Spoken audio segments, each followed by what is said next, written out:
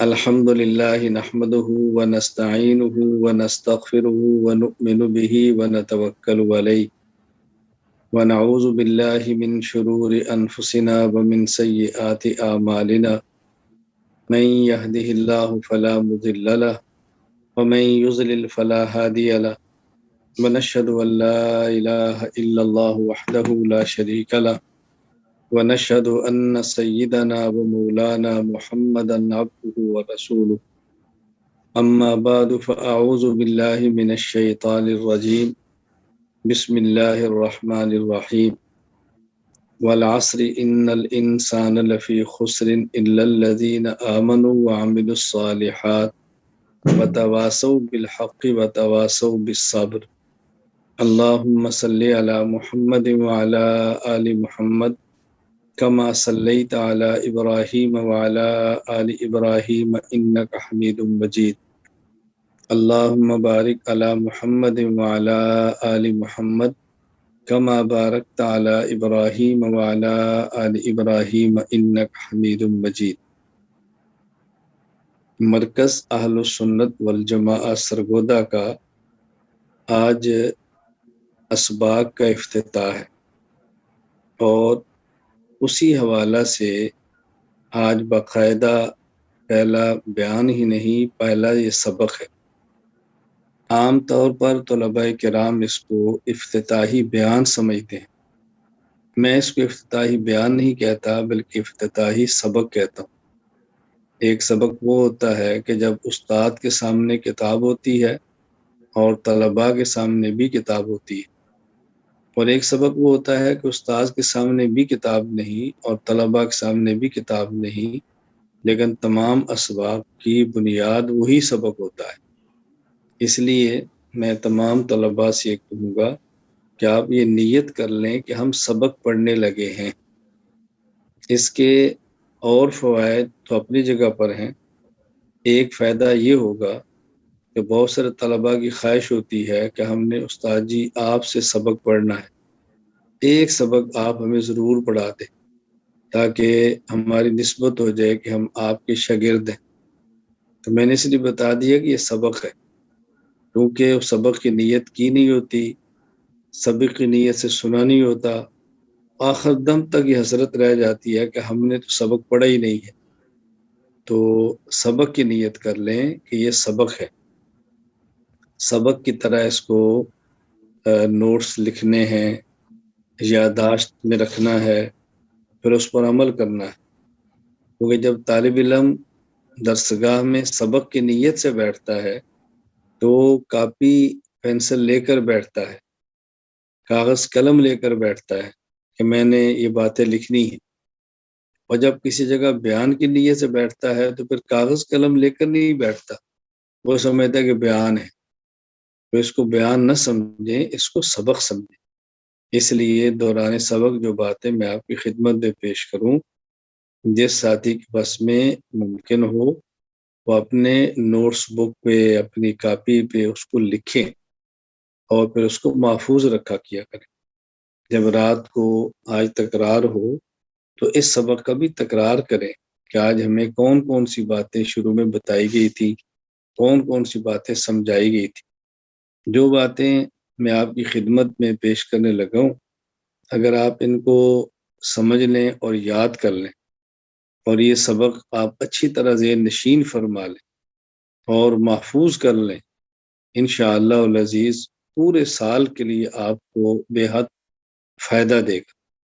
میں تو سال ہی نہیں کہتا بلکہ مسلسل آپ کو اس کا زندگی بھر نفع ہوگا انشاءاللہ۔ تو اس لیے اس کو اچھی طرح ذہن نشین فرما لیں۔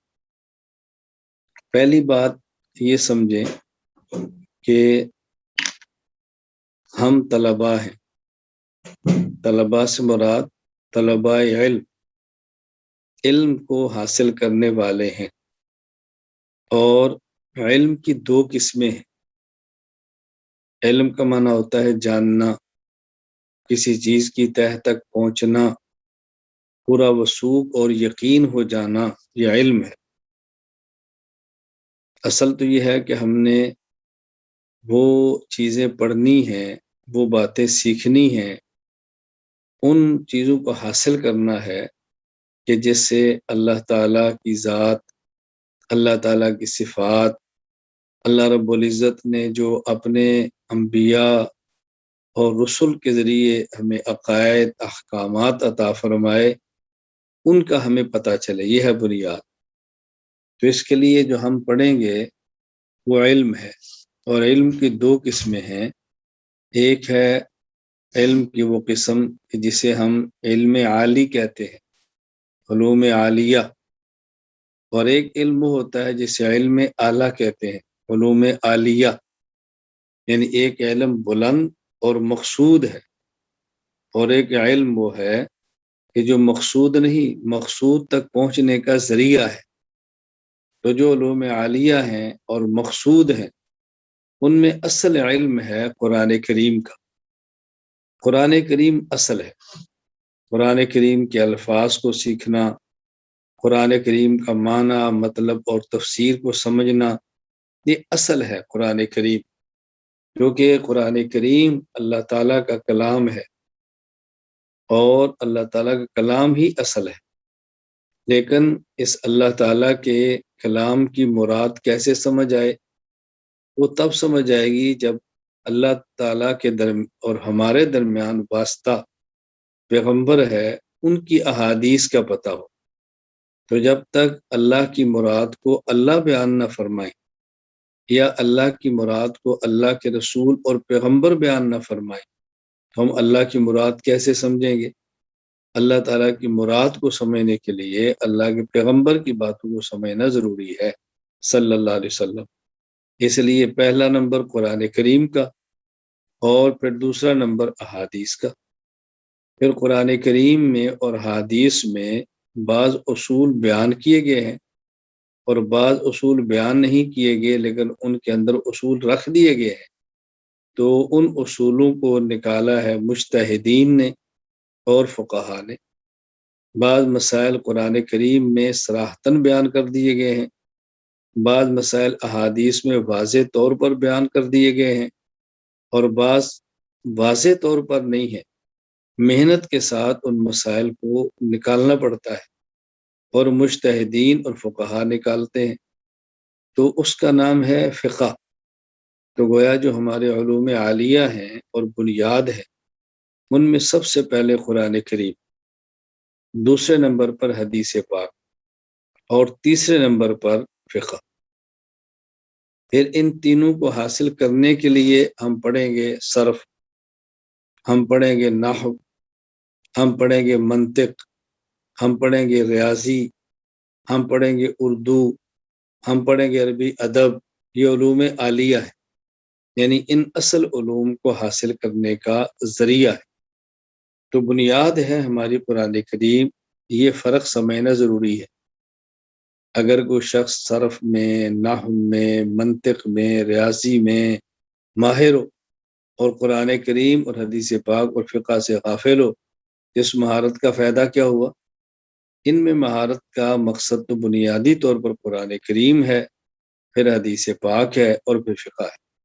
تو یہ فرق اچھی طرح سمجھ لیں. اس کا مطلب یہ ہے کہ ہم نے وہ علوم حاصل کرنے ہیں جو مقصود ہیں، اور وہ علوم حاصل کرنے ہیں جو مقصود کو حاصل کرنے کا ذریعہ ہے.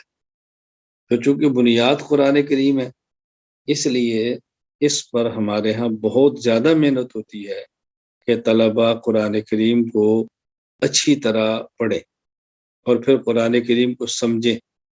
جن کا قرآن کریم ناظرہ کمزور ہے، وہ پہلے قرآن کریم ناظرہ ٹھیک کریں. جن کا حفظ کیا ہے کمزور ہے، اس کو مضبوط کریں. کیونکہ بعض طلباء ایسے ہیں جو ذرا بڑی عمر میں آتے ہیں، انہوں نے کسی مدرسے میں قرآن کریم کی باضابطہ تعلیم نہیں لی ہوتی، اسکول پڑھتے ہیں اور مدرسے میں آ جاتے ہیں. تو ان کو چاہیے کہ سب سے پہلے قرآن کریم کے الفاظ پر توجہ دیں، قاعدہ پڑھیں، اور مخارج ٹھیک کریں، تجوید کے ساتھ قرآن کریم پڑھیں. اس پر محنت بہت زیادہ کریں. اس کے لیے آپ کے علم میں ہے کہ یہاں مرکز میں فجر کی نماز کے بعد سورہ یاسین اور اذکار سے فارغ ہونے کے بعد اشراق تک تمام اساتذہ اور تمام طلبہ کے لیے مسجد میں بیٹھ کر قرآن کریم کی تلاوت ضروری ہے۔ جن کا ناظرہ نہیں وہ ناظرہ پڑھے، ناظرہ پڑھا کمزور ہے تو ٹھیک کرے، حفظ یا کچا ہے تو اس کو یاد کریں۔ اساتذہ کرام بھی اور طلبہ کرام بھی تمام، کیونکہ جس طرح قرآن کریم طلبہ کی ضرورت ہے اسی طرح قرآن کریم اساتذہ کی بھی ضرورت ہے۔ تو یہ تو نہیں کہ استاد بننے کے بعد قرآن کریم کی اللہ معاف فرمائے ضرور ختم ہو جاتی ہے۔ خیر، ایک تو میں نے گزارش کی ہے کہ یہ سمجھنا ضروری ہے کہ ان دو علوم میں فرق کیا ہے، مقصود کون سے ہیں اور مقصود تک پہنچنے کا ذریعہ کون سا ہے۔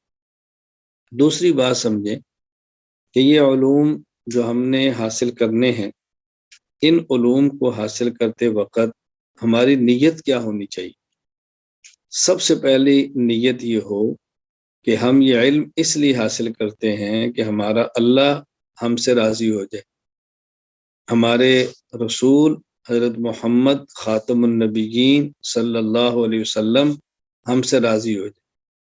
اللہ اور اللہ کے رسول کی رضا حاصل کرنے کے لیے ہم نے علم حاصل کرنا ہے، کیونکہ اللہ تعالیٰ کا کلام ہے، اللہ کا کلام پڑھیں گے اللہ خوش ہوگا، اللہ کے پیغمبر صلی اللہ علیہ وسلم کا کلام پڑھیں گے اللہ کے پیغمبر خوش ہوں گے۔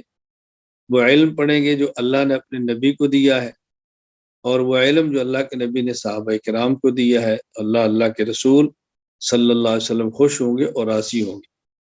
نمبر ایک، ہم نے اللہ اور اللہ کے رسول کو راضی کرنے کے لیے یہ پڑھنا ہے۔ اب دیکھیں، اگر کسی کا حافظہ اچھا ہے تو بھی ٹھیک ہے، حافظہ کمزور ہے تو بھی ٹھیک ہے، اگر کسی طالب علم کو سمجھ آتی ہے تو بھی ٹھیک ہے، اگر نہیں سمجھ آتی تو بھی ٹھیک ہے، مقصد اللہ کی رضا ہے، وہ تو دونوں کو حاصل ہو رہی ہے۔ نمبر ایک، اللہ اور اللہ کا رسول ہم سے راضی ہو۔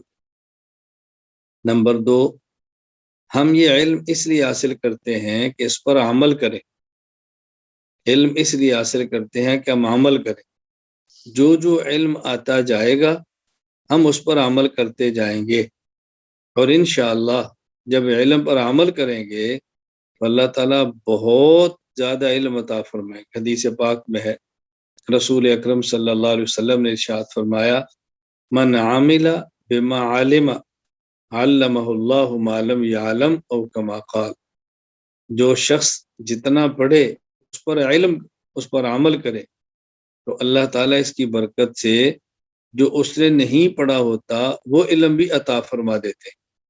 ہم جسے کہتے ہیں علم وہبی، علم لدنی اللہ عطا فرماتے ہیں۔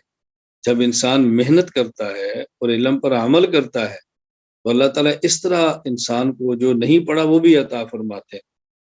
میں ذرا اس کو تھوڑا سا سمجھا دیتا ہوں کہ جو نہیں پڑھا وہ بھی آتا ہے، اس کا مطلب کیا ہے۔ مثال کے طور پر آپ ایک جگہ بیان کے لیے جاتے ہیں، وہاں کوئی عقیدہ بیان کرتے ہیں، اس عقیدے پر کوئی آپ کا مخالف اعتراض کرتا ہے، اب اس کا جواب آپ نے پڑھا نہیں ہوتا، لیکن اسی وقت اللہ تعالیٰ آپ کے ذہن میں اس کا جواب بھی ڈال دے، تو یہ ہے کہ جو نہیں پڑھا اللہ نے وہ بھی عطا فرما دیا۔ یہ میں نے بڑی ایک آسان سی مثال دی ہے سمجھانے کے لیے کہ جو نہیں پڑھا وہ بھی آ جاتا ہے، اس کا مطلب کیا ہے۔ تو یوں اللہ تعالیٰ بندے کو عطا فرما دیتے ہیں۔ تو نمبر دو، نیت ہونی چاہیے کہ ہم اس علم پر عمل کریں گے۔ وہ علم ہی کیا ہوا کہ جس پر بندہ عمل نہ کرے، وہ علم ہی کیا ہوا کہ جو انسان کو عمل سے محروم کر دے۔ یہ بات اچھی طرح سمجھ لیں، ایک شخص ہوتا ہے باعمل، ایک ہوتا ہے بے عمل، ایک ہوتا ہے بد عمل۔ ایک ہے باعمل، نیک اعمال کا اہتمام کرتا ہے، ایک شخص ہے بے عمل جو نیک عمل نہیں کرتا، اور ایک ہوتا ہے بد عمل یعنی جو کرتا ہے لیکن برے اعمال کرتا ہے۔ سب سے اچھا آدمی باعمل ہے، اس کے بعد والا بے عمل ہے، اور اس کے بعد والا بد عمل ہے۔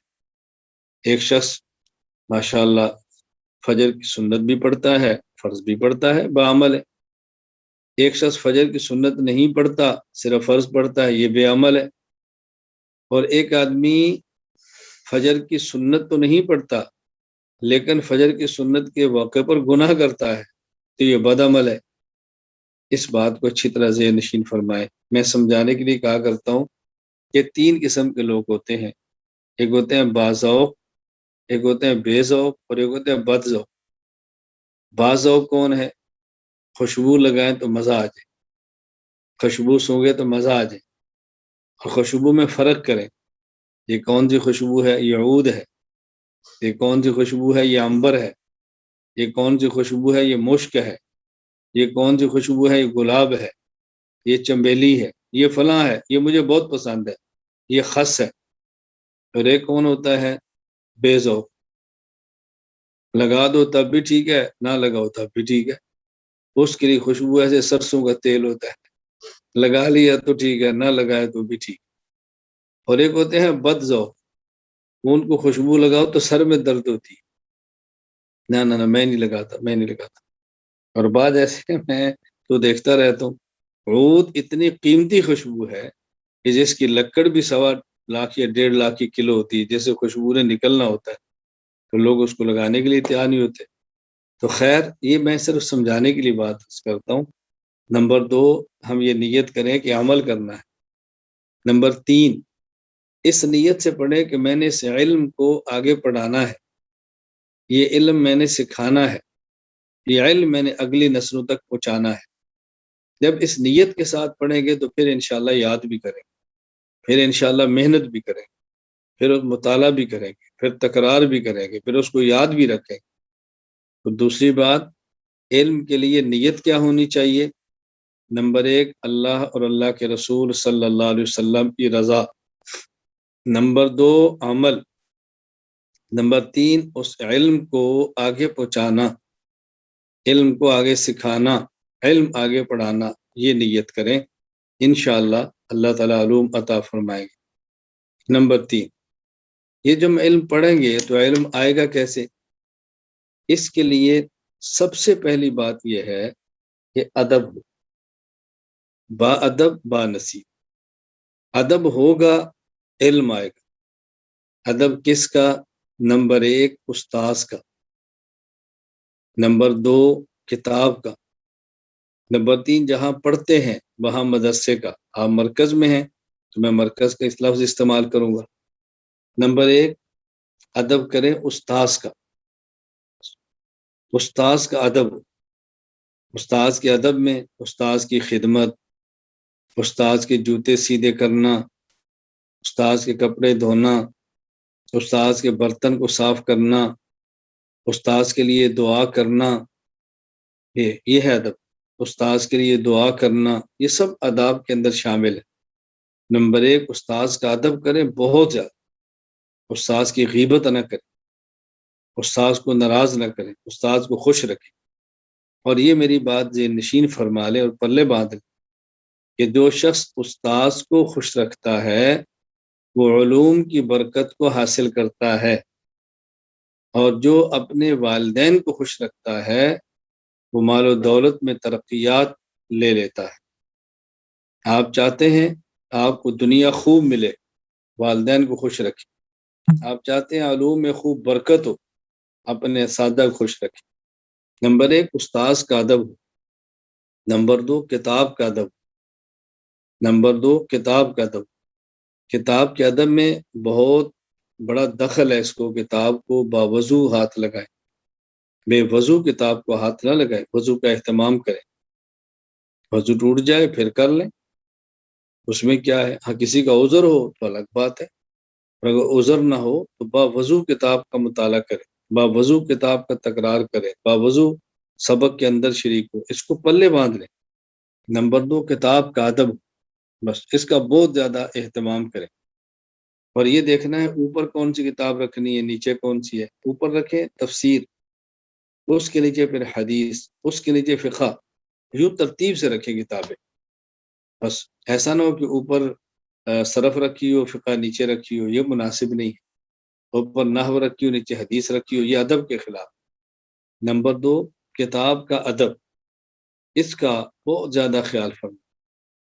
نمبر 3، جہاں پڑھتے ہیں وہاں کام کرنے والے عمال، عملہ کا ادب۔ ہم عام طور پر باورچی کا ادب نہیں کرتے، وہ ان پڑھ ہے، روٹیاں پکاتا ہے، اس کی بھی عزت کریں، اس کا بھی احترام کریں، برے لفظوں مت پکاریں اس کو، اس کا بہت زیادہ خیال کریں۔ دفتر مدرسے کے باہر ایک گارڈ ہے، محافظ ہے، اس کی بھی عزت کریں، وہ آپ کی حفاظت کے لیے ہے، وہ آپ کی رکھوالی کے لیے ہے، اس کو برا نہ کہیں۔ تو علم آئے گا، نمبر 1 ادب کا خیال کریں، استاذ کا ادب کریں، کتاب کا ادب کریں، اور جہاں پڑھتے ہیں وہاں کے عملے کا ادب اور احترام کریں۔ نمبر 2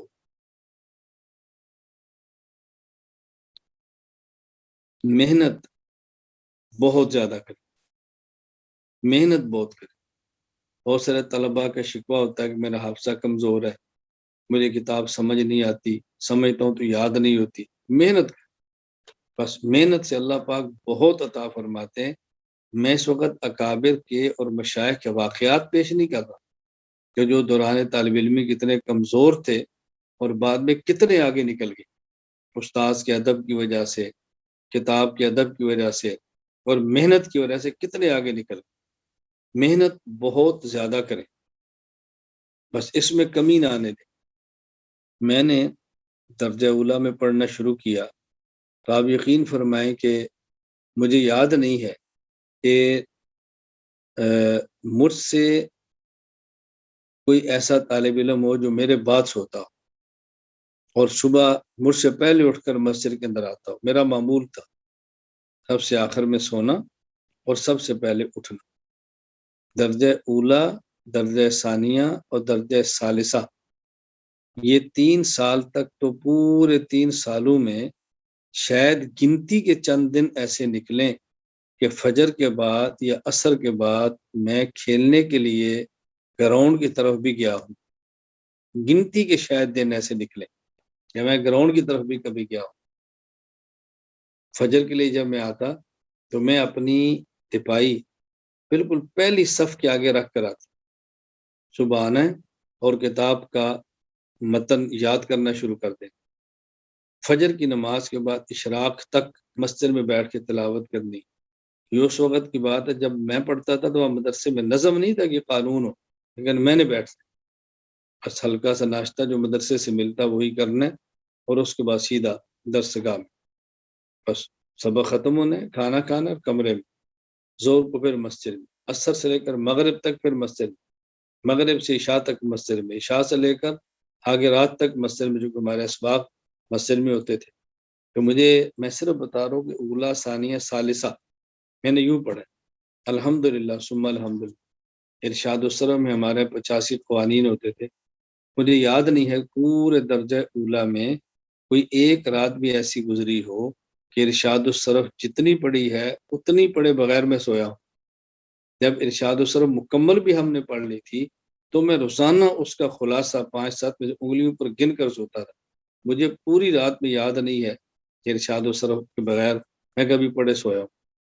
مجھے ابھی تک یاد ہے، میں چونکہ طالب علم تھا، چھوٹا سا تھا، اور جمعرات کو شب جمعہ پہ کراچی میں گیا۔ اس وقت مکی مسجد تھی، اب یہ مدنی مسجد ہے، اور یہ جو کراچی مدنی مسجد تبلیغی مرکز بنا ہے، میں اس وقت جامعہ بنوریہ درجہ ثالثہ میں تھا۔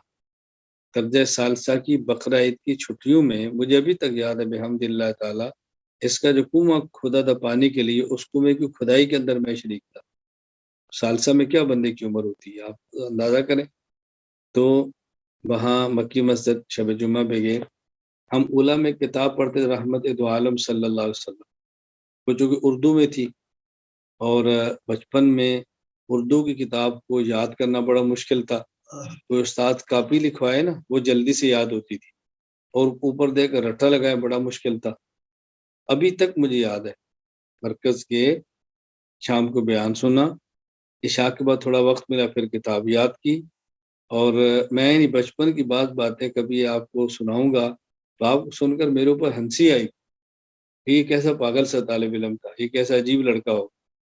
تو اب ظاہر ہے میں رٹا لگا رہا تھا، تو رٹا لگانے سے صحیح طرح یاد نہیں ہوتی تھی، تو سوتے وقت میں نے اس کتاب کو لیا یا اپنی قمیض کے اندر ہی نیچے رکھا، اوپر کپڑے کے ساتھ باندھا، اور یہ باندھ کے پوری رات سیدھا سویا رہا، اور اللہ سے دعا کی کہ یا اللہ جتنی محنت میں کر سکتا کر لی، اب تو اس کو محفوظ فرما۔ اب تو اس کو اپنے کرم سے یاد کروا دے۔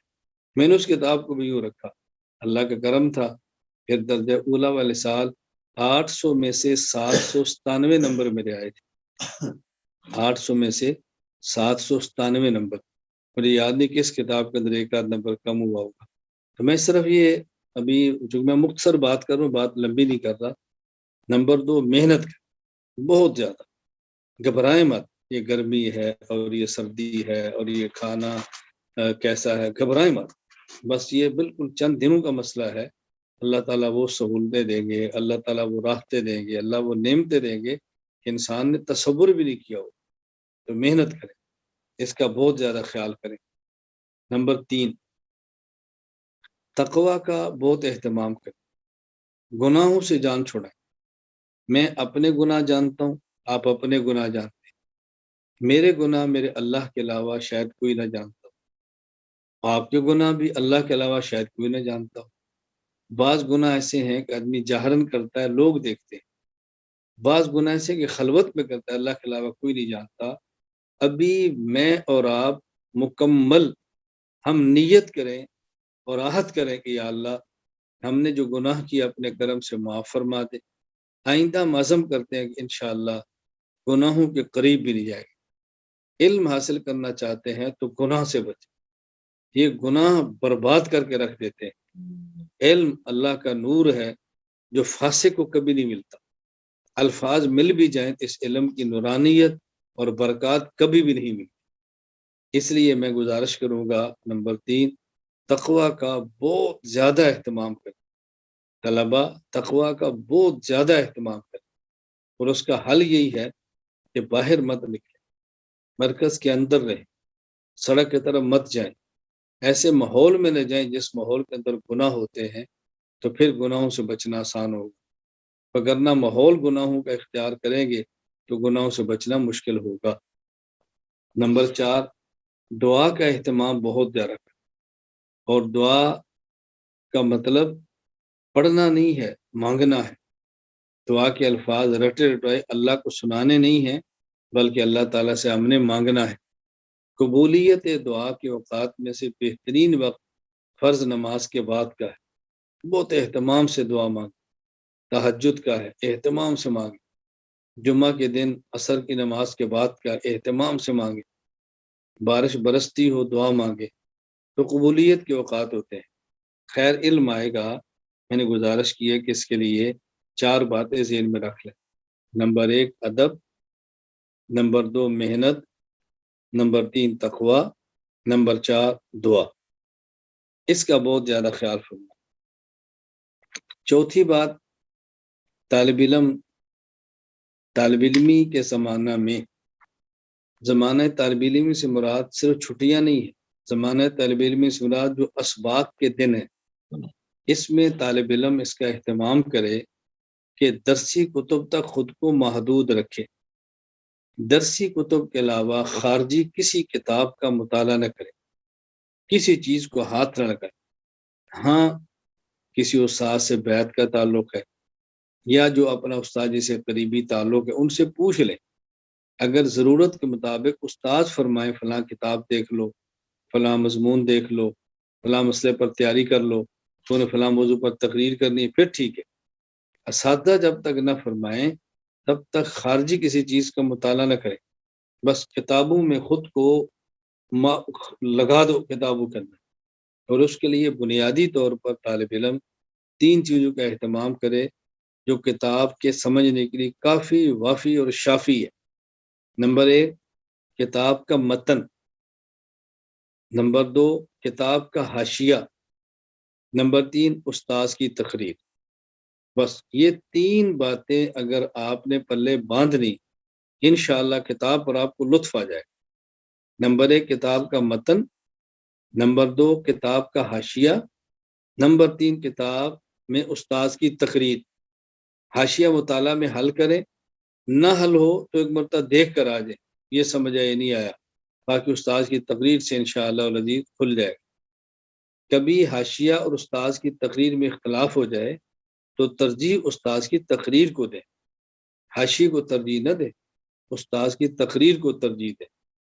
میں نے بحمد اللہ تعالی اکثر کتب کا متون کو حفظ کیا ہے.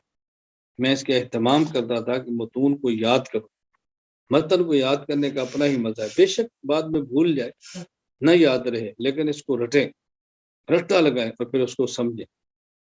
اس کا بہت زیادہ خیال فرمائیں. نمبر 4 آپ نمبر 5 آپ مرکز میں ہیں، تو مرکز میں رہتے ہوئے میں آپ سے گزارش کروں گا، اگر مکمل طور پر استفادہ چاہتے ہیں، اگر مکمل طور پر مرکز سے فائدہ حاصل کرنا چاہتے ہیں، تو مرکز کی ترتیب پر رہیں. میں اکثر طلباء سے کہا کرتا ہوں کہ مرکز میں رہیں اور ہماری ترتیب پر رہیں. پھر آپ دیکھیں نفع کیسے ملتا ہے. ہماری ترتیب میں 3 چیزیں بنیادی. سب سے پہلی اعمال کی پابندی، تہجد، فجر کے بعد یاسین، ذکر کی مجلس، اشراق تک تلاوت، پھر اشراق کی نماز، مغرب کے بعد اوابین، پھر سورہ واقعہ، عشاء کے بعد سورہ ملک. اعمال کی پابندی کے جمعہ کے دن سورہ کاف، جمعہ کے دن عصر کی نماز کے بعد 80 بار درود پاک، اللہم صلی علی محمد النبی الامی وعلی آلہ وسلم تسلیما کثیرہ. عصر کے بعد 80 مرتبہ درود پاک. نمبر 1 اعمال کی پابندی. یہ میں نوافل کی بات کر رہا ہوں. فرائض تو کہنے کی ضرورت ہی نہیں ہے، واجبات تو کہنے کی ضرورت ہی نہیں ہے، سنن موقدہ کی پابندی کہنے کی ضرورت ہی نہیں. نمبر 1 اعمال کی پابندی، معمولات کی پابندی. نمبر 2 وقت کی پابندی. 1 سیکنڈ بھی ضائع مت کریں. دیکھیں ابھی بھی 6 بجے کا وقت تھا کہ پہلا سبق ہوگا. میں بحمد اللہ تعالیٰ 6 بجے سے 5 منٹ پہلے بیٹھا. جو ہی میرے پاس لنک ہے میں تیار بیٹھا. ایسا نہیں ہے کہ طلبہ آ جائے اور میں نہ ہوں. انشاءاللہ آئندہ بھی ایسا نہیں ہوگا. نمبر 2 اوقات کی پابندی. میں اکثر حضرات سے کہا کرتا ہوں، میں ہمارے مرکز میں 6 کا معنی 6 ہی ہے، شام کا معنی شام ہی ہے، صبح کا معنی صبح ہی ہے. اس کا بہت زیادہ خیال فرمائیں. نمبر 3 مرکز کے نظم کی پابندی. بس یہ 3 چیزوں کا آپ خیال فرمائیں، انشاءاللہ اور دیکھیں فائدہ کتنا ہوتا ہے. نمبر 1 معمولات کی پابندی، نمبر 2 وقت کی پابندی، نمبر 3 مرکز کے نظم کی پابندی. انشاءاللہ العزیز میرے اللہ نے چاہا تو بے حد فائدہ ہوگا. اللہ تعالیٰ مجھے بھی اور آپ کو بھی علوم عطا فرمائے، اعمال عطا فرمائے، اپنی رضا عطا فرمائے. اللہ تعالیٰ قبول فرما لے. اللہ تعالیٰ دنیا آخرت میں عافیت عطا فرمائے، ترقیات عطا فرمائے. تو آج چونکہ پہلا سبق ہے تو ہم نے اس کا یہی سادہ کرام کے مشورہ سے اہتمام کیا کہ طلبہ کرام کو پہلے دن سبق کے اختتام پر جو کھلایا اور پلایا جائے وہ ایسی دعوت ہو کہ جو دنیا میں کہیں نہ ملتی ہو، دنیا میں کہیں وہ دعوت نہ ملتی. اس کے لیے اہتمام کیا گیا ہے. نمبر 1 مدینہ منورہ کی کھجور. مدینہ منورہ کی کھجور بتاؤ کتنی بہترین چیز.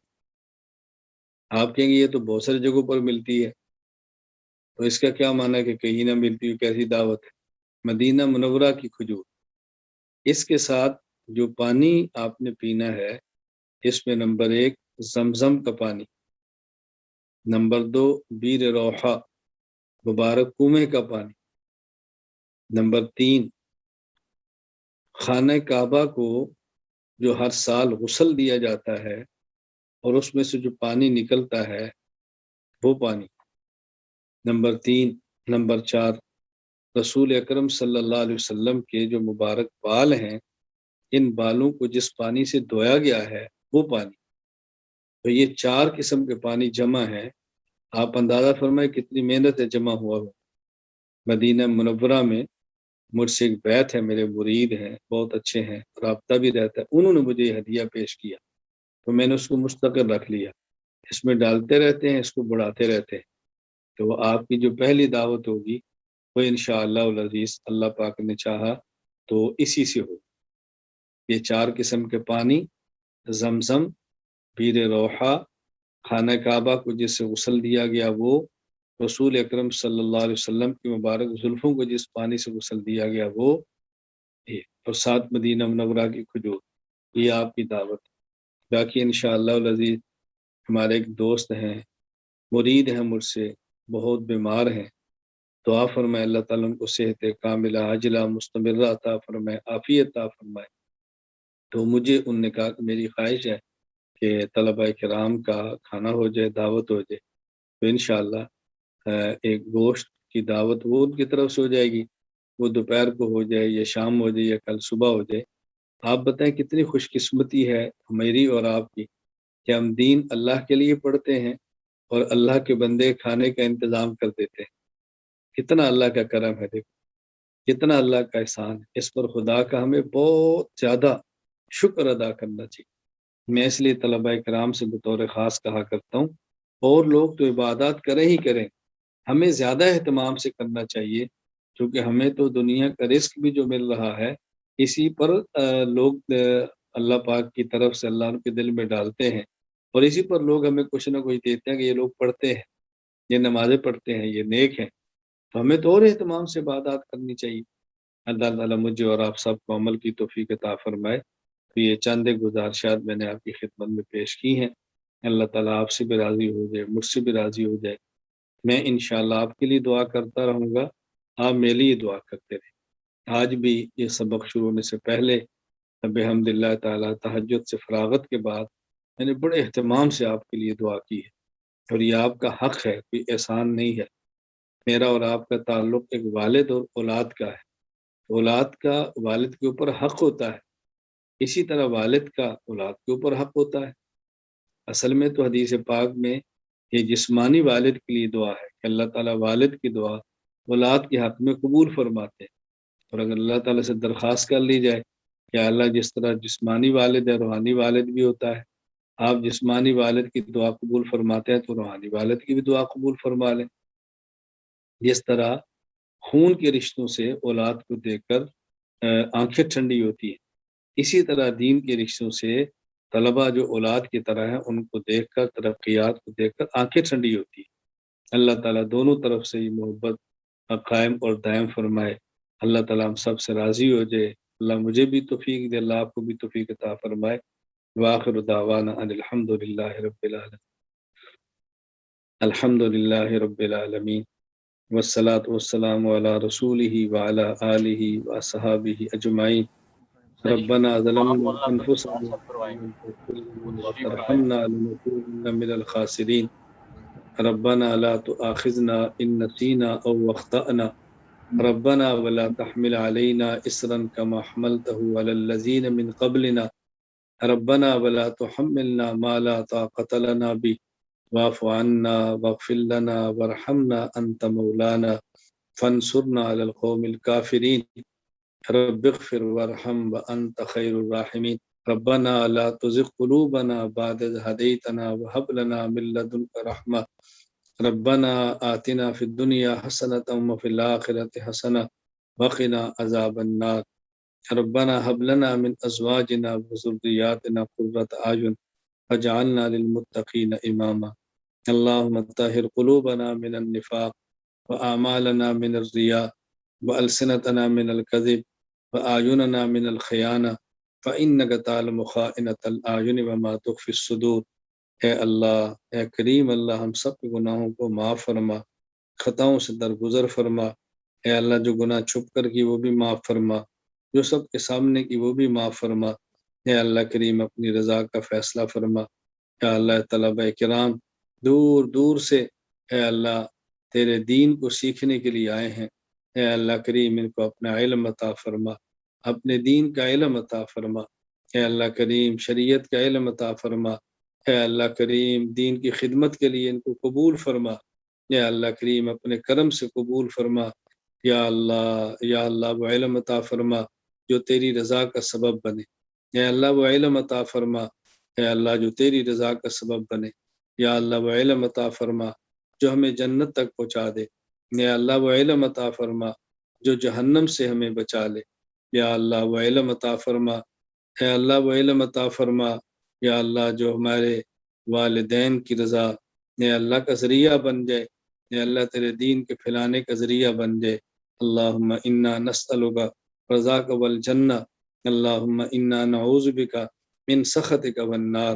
اے اللہ کریم اپنی رضا اور اعمال رضا عطا فرما، اے اللہ کریم جنت اور اعمال جنت عطا فرما، اے اللہ اپنی ناراضگی اور اعمال ناراضگی سے محفوظ فرما، اے اللہ کریم جہنم اور اعمال جہنم سے محفوظ فرما۔ یا اللہ ان اعمال سے بچا لے جو تیری ناراضگی کا سبب بنے، جو تیرے دین سے محروم ہونے کا سبب بنے۔ اے اللہ گناہوں سے ہماری حفاظت فرما، اے اللہ گناہوں سے پاک زندگی عطا فرما، اے اللہ کریم گناہوں سے پاک زندگی عطا فرما۔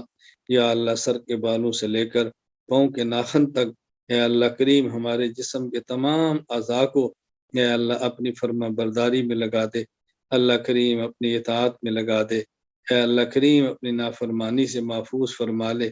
یا اللہ ایمان کی نعمت دی ہے، اے اللہ کریم کفر و شرک سے بچا لے۔ یا اللہ سنت کی نعمت دی ہے، بدعات سے بچا لے۔ اے اللہ کریم صحت کی نعمت دی ہے، بیماری سے بچا لے۔ اے اللہ کریم مال کی دولت دی ہے، غربت اور فقر سے بچا لے۔ اللہ کریم مال کی نعمت دی ہے، غربت اور فقر سے بچا لے۔ عزت کی نعمت دی ہے، ذلت سے بچا لے۔ یا اللہ اہل حق سے جوڑا ہے، اہل باطل سے بچا لے۔ اے اللہ کریم پوری زندگی اے اللہ دین کی خدمت کے لیے قبول فرما لے۔ اے اللہ کریم اس مرکز کو شاد اور آباد فرما دے، خانقاہ حنفیہ کو شاد اور آباد فرما دے۔ اے اللہ اس کے فیض کو پورے عالم میں عام فرما دے۔ اے اللہ کریم اپنے دربار میں اس کو مقبول بنا دے۔ اے اللہ کریم خاص و عام کیا محبوب بنا دے۔ اے اللہ اپنوں اور غیروں کے شر سے محفوظ فرما دے۔ یا اللہ اپنا خاص کرم فرما دے، یا اللہ اپنا خاص کرم فرما دے، اپنے مقبول بندوں میں شامل فرما دے۔ اللہ دنیا میں اور آخرت میں اپنے مقبول بندوں میں شامل فرما دے۔ یا اللہ جو دعائیں مانگی ہیں اپنے کرم سے قبول فرما لے۔ اللہ کریم جو نہیں مانگ سکے بن مانگے عطا فرما دے۔ یا اللہ طلبہ کرام میں سے دوسرے احباب میں سے اتنے ساتھی ہیں جو دعا کا کہنا چاہتے ہیں، رابطہ نہ ہونے کی وجہ سے وہ نہیں کہہ پاتے، آپ تو علیم بذات الصدور ہیں۔ اے اللہ سب کی دعائیں قبول فرما لے، جائز حاجات کو پورا فرما دے، مشکلات کو دور فرماتے، ضروریات کو اپنے کرم سے پورا فرما دے۔ اے اللہ کریم وہ افراد، وہ ادارے، وہ جماعتیں جو تیرے دین کے کام میں لگی ہیں، اے اللہ تو سب کو قبول فرما لے۔ اے اللہ سب کو اسباب عطا فرما دے، سب کی حاجات پوری فرما دے، سب کی ضروریات پوری فرما دے۔ اے اللہ کریم سب کے درمیان رابطہ تعلق پیدا فرما۔ اے اللہ کریم علماء حق علماء کرام کی مدد فرما، علماء کرام کے درمیان اللہ محبت کی فضا پیدا فرما۔ اے اللہ ہمیں نفرت کا سبب بننے سے محفوظ فرما، توڑ کا سبب بننے سے محفوظ فرما۔ اے اللہ کریم ہماری تمام خدمات اور محنتوں کو اپنے کرم سے دین کے لیے قبول فرما لے۔ اے اللہ کریم دین کے لیے قبول فرما لے۔ اے اللہ کریم اپنی رضا کی خاطر قبول فرما لے۔ یا اللہ ہمارے یہ جو چھوٹی موٹی محنت ہے، اے اللہ اس کا اجر اور ثواب حضرت آدم سے لے کے رسول اکرم صلی اللہ علیہ وسلم تک تمام انبیاء کرام علیہ السلام، صحابہ کرام رضی اللہ عنہم مجمعین، اے اللہ کریم مجتہدین، مفسرین، فقہاء، محدثین، اے اللہ کریم سب کی ارواح کو عطا فرما دے۔ جو اہل ایمان زندہ ہیں ان کو بھی عطا فرما دے، جو قیامت کی صبح تک آئیں، اے اللہ ہماری محنت کا اجر ان کو بھی عطا فرما دے۔ یا اللہ وہ تمام خیریں جو آپ کے حبیب صلی اللہ علیہ وسلم نے مانگی ہیں ہمیں عطا فرما دے، وہ تمام شرور جن سے آپ کے حبیب صلی اللہ علیہ وسلم نے پناہ مانگی ہے ہمیں اسے محفوظ فرما لے۔